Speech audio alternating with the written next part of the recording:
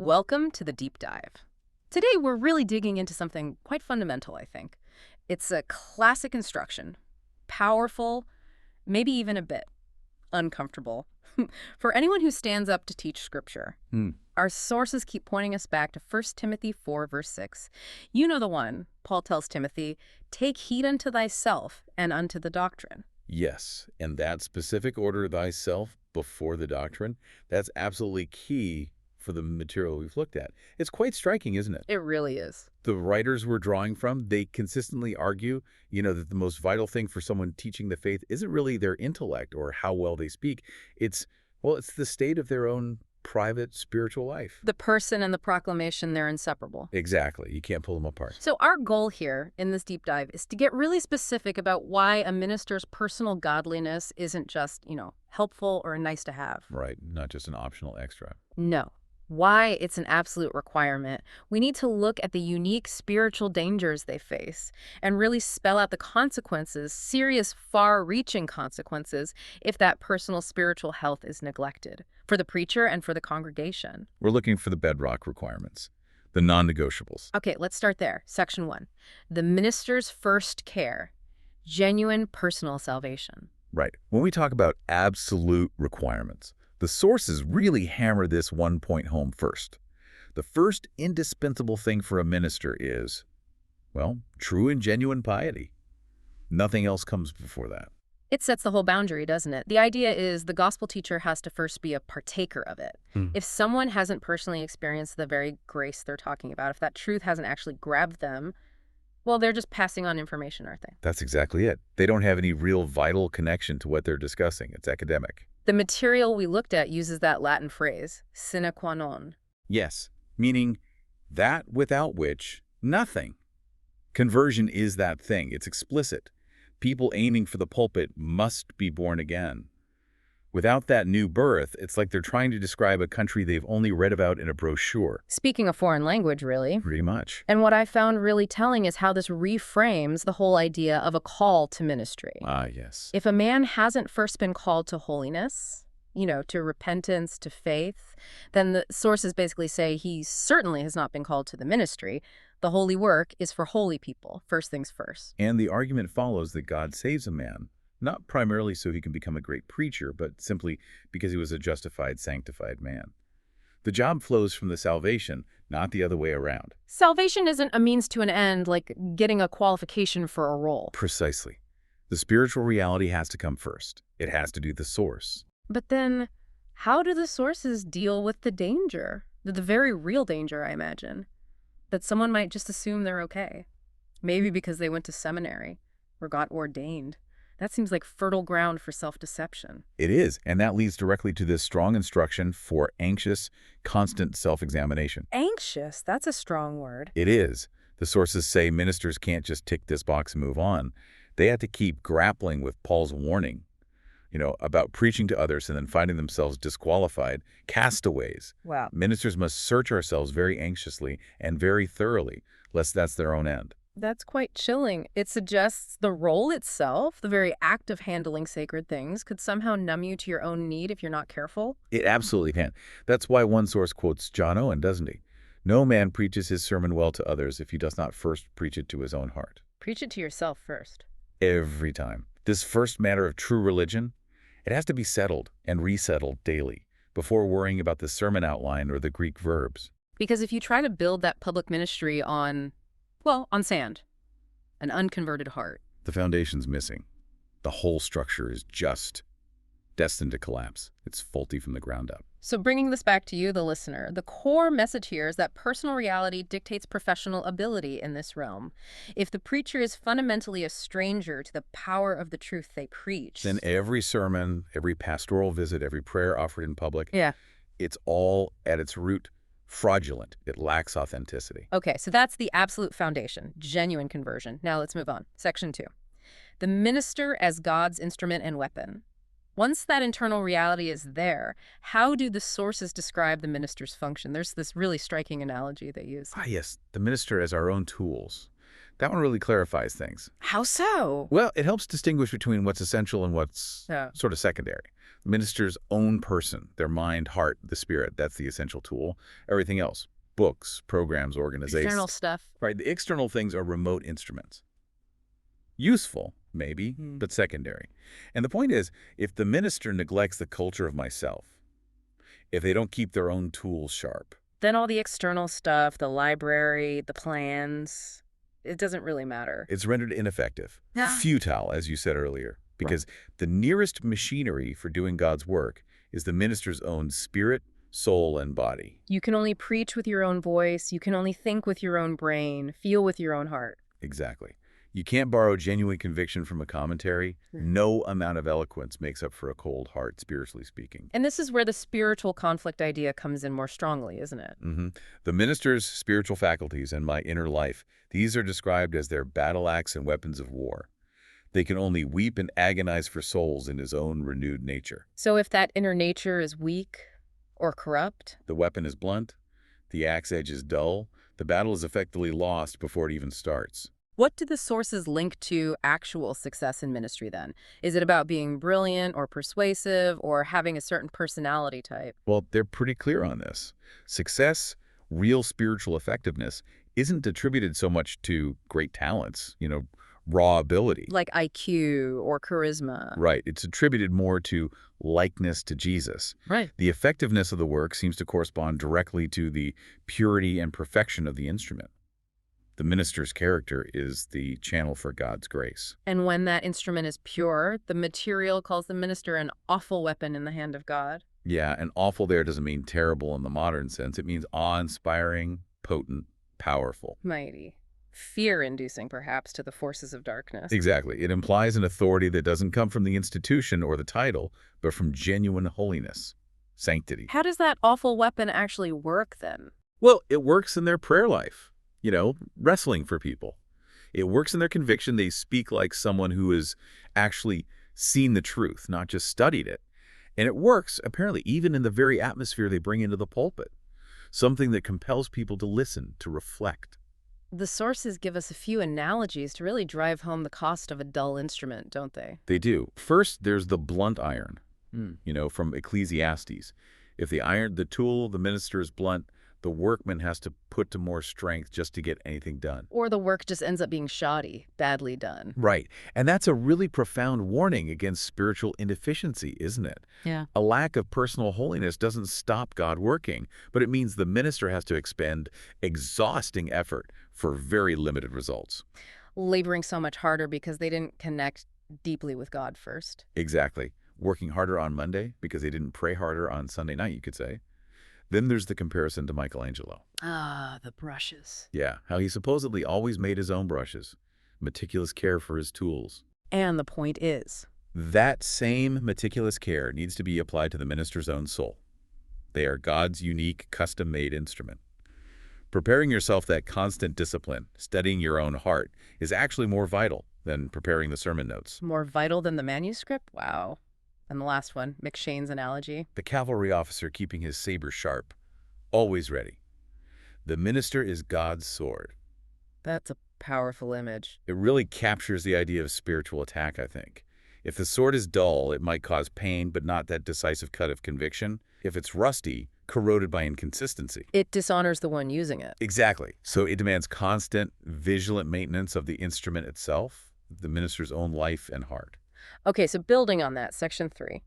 The mandate for vigorous piety and highest character. Because the minister is this instrument, this weapon, in such a perilous place. Right. The sources insist that just average, run-of-the-mill piety isn't enough. Once you've got genuine salvation settled, the next requirement is that the piety must be vigorous. Vigorous. That sounds energetic, healthy, strong. What does that actually look like? It means ministers are not to be content with being equal to the rank and file of Christians. They can't just aim for the average. They need to be, as the sources put it, mature and advanced believers. Leading from the front, not just keeping up. Exactly. One source even uses language like being the choicest of his choice, the elect of his election. It really highlights that heightened expectation. But why? Why the extra demand? Why can't they just maintain a sort of basic Christian life? Because they're called to extraordinary labors. The demands are immense, and they're placed in a position of unusual peril. Their enemies, both inside and out, are formidable. The spiritual pressures are constant. So they need superior strength just to cope, to function effectively. Yes, strength that's adequate for the task. The spiritual engine needs to be running strongly, consistently, ready for anything. The sources get quite specific about this state of spiritual health, using almost medical terms. They do. Like the minister's pulse of vital godliness must beat strongly and regularly. Suggesting consistency, reliability, not erratic bursts of enthusiasm followed by crashes. Right, and their eye of faith must be bright, meaning they need clear spiritual vision, seeing things as they really are, discerning truth from error, opportunity from temptation. And their foot of resolution must be firm. Yes, resolute in discipline and commitment, especially when things get tough, when opposition comes. They need spiritual backbone. And this vigor, this strength, it also has to fuel a deep empathy, doesn't it? They have to watchfully maintain the tenderness which was in Christ Jesus. Absolutely. That compassion needed to really plead with people. It's a resource that can get worn down by the demands of the job. Constant exposure to sin and suffering can harden anyone. So they have to actively cultivate sensitivity. Yes, because they can only truly agonize for souls in his renewed nature. If their heart grows callous towards sin or indifferent to suffering, they lose that essential ability to connect with people's deepest needs. They lose their qualification to minister effectively. Okay, so that's the inner life. Vigorous, strong, tender. Now let's look outward at the visible life. Maintaining the highest moral character. This is where the world is watching, isn't it? Intensely. And the sources say this is utterly non-negotiable. The highest moral character must be sedulously maintained. Sedulously, meaning diligently, persistently. Exactly. And they use that famous analogy like Caesar's wife. The minister's character must be beyond suspicion. Which means more than just being clean now. Yes, it implies a clean track record, too. Ideally, no ugly rumors as to ministerial inconsistency in the past, because even old, unresolved issues can undermine trust and usefulness today. People remember.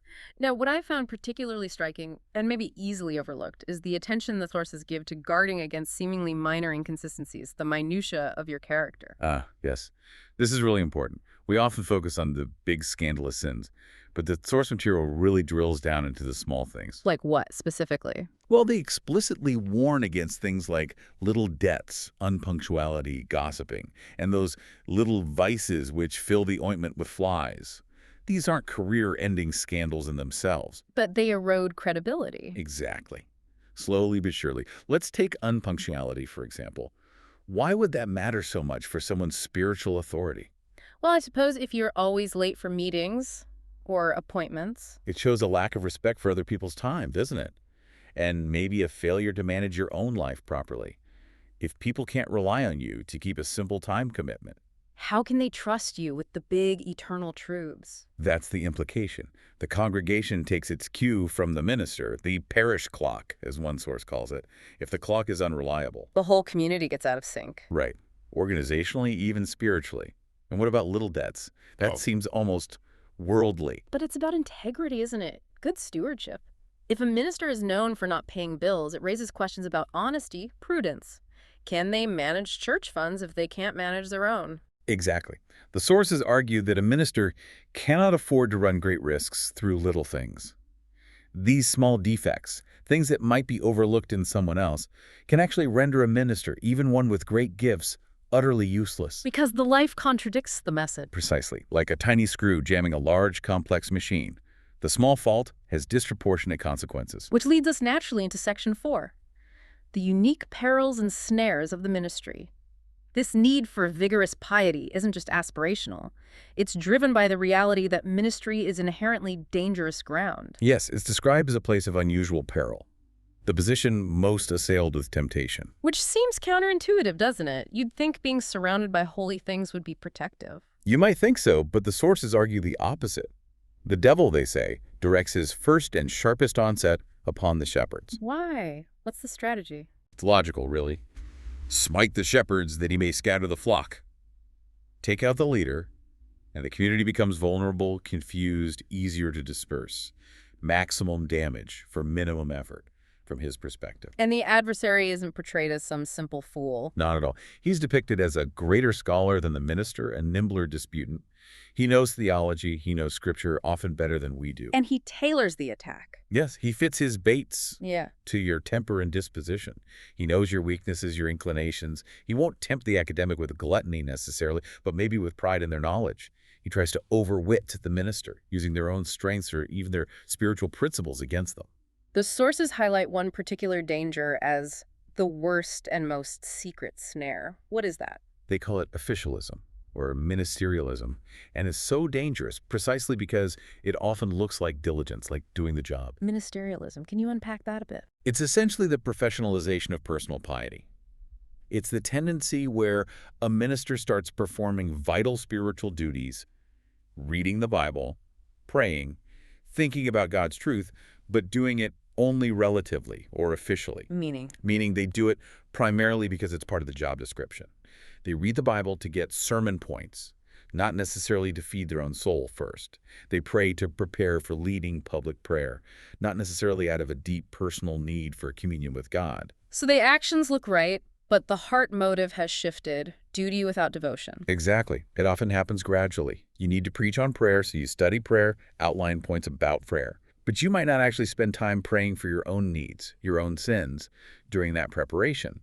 You're handling the means of grace like professional tools, not like a personal lifeline. And that's the moment the sources say the minister can lose the personality of repentance and faith. Yes, the very office meant to deepen faith ironically becomes a potential barrier to it. It's like distributing bread to a hungry crowd while you yourself are starving. That's a powerful image. And this creates an internal conflict.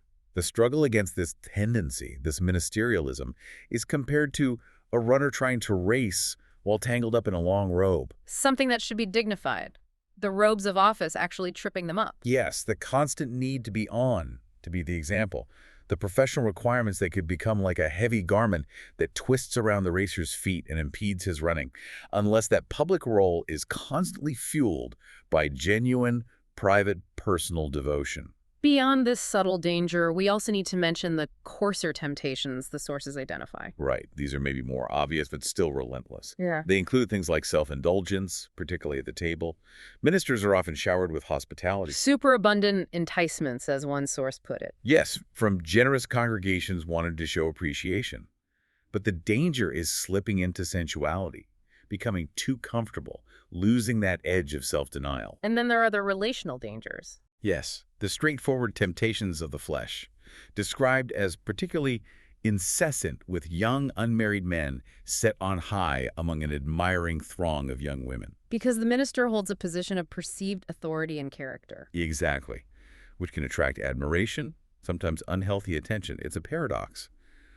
The very elevation of the role creates a unique vulnerability that demands exceptional vigilance and clear boundaries in all relationships. Okay, so the perils are significant. What happens if the minister does succumb, or worse, starts out without that essential foundation we talked about? Section 5, the calamity of the unconverted minister. This is where the language gets incredibly strong. The sources describe the position of an unconverted person in ministry as simply dreadful. Yeah. They are totally, wholly, and altogether unqualified for spiritual work. Unqualified, not just struggling, but fundamentally unfit. Yes, their ministry involves the most unnatural relationships. Think about it. Standing before God, claiming to speak for him while having no actual relationship with him. Leading worship without worshiping. To really emphasize how fundamentally unfit this is, the sources use some really vivid, almost grotesque metaphors. They do. It's like electing a blind man to a professorship of optics.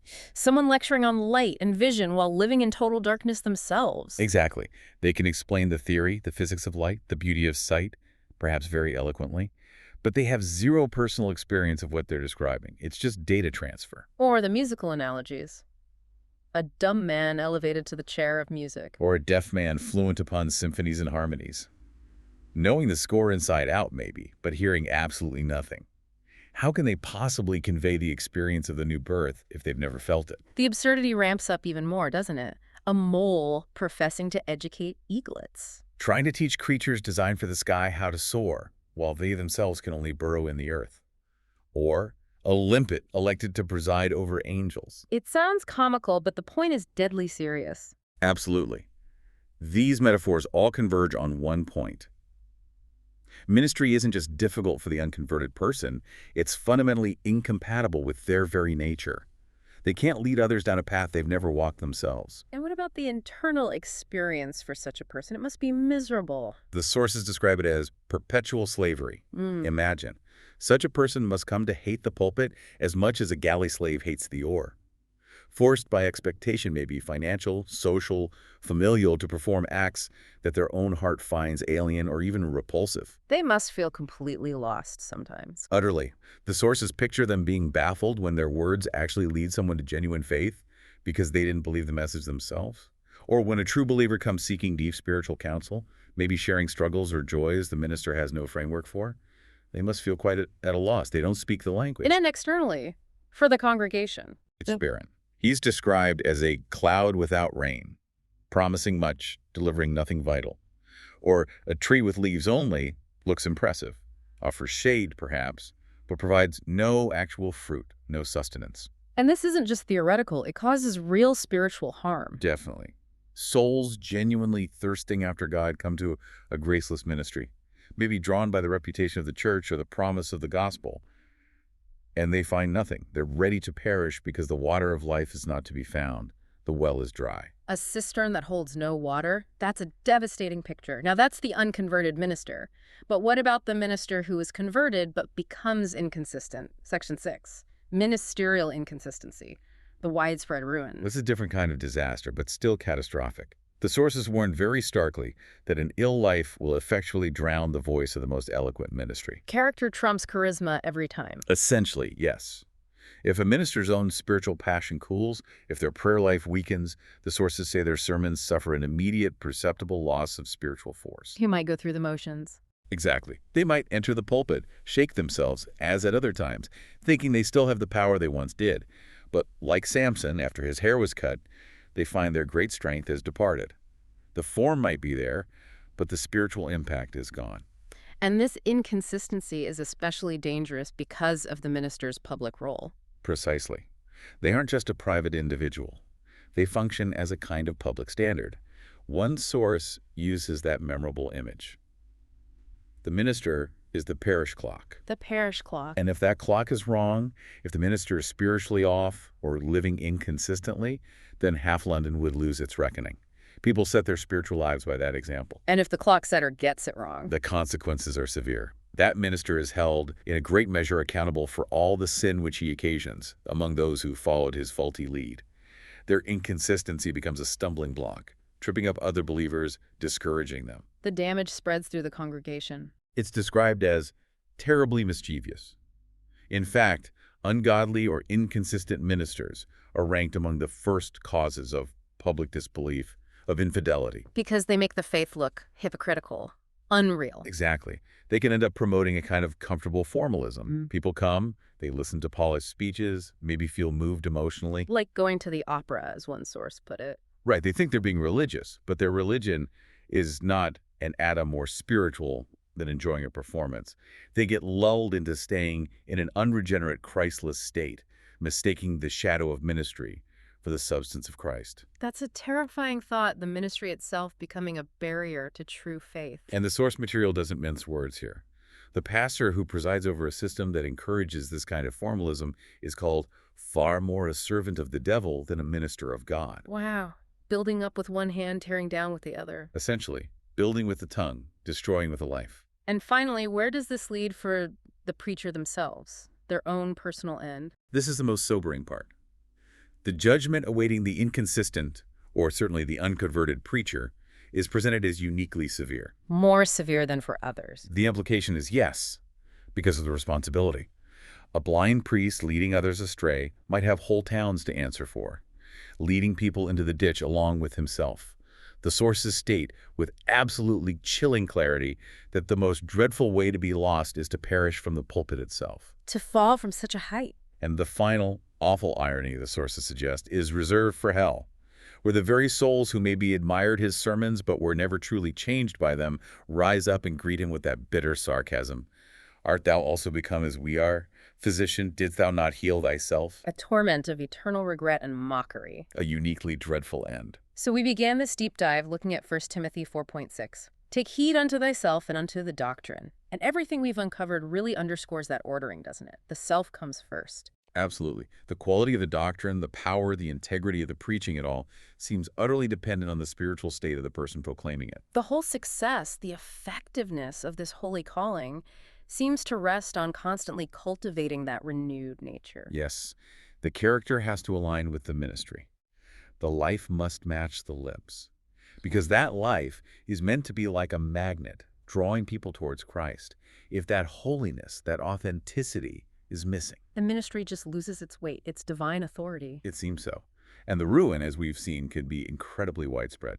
Okay, so for you, the listener, let's draw out a final thought. We talked about the widespread damage caused by ministerial inconsistency, even in seemingly small things, the minutia of character. hmm That point about how a minister failing to keep a simple promise or being habitually late could cause someone to lose confidence in all preachers, maybe even walk away from church altogether. Right. If one person's failure in a small thing can have such a devastating ripple effect in that context. Well, then consider how the minutia of your own character, your everyday faithfulness, keeping your word, how you speak, your punctuality, how might those things affect your own witness in your family, your workplace, your neighborhood, regardless of your job title? The principle seems to apply broadly, doesn't it?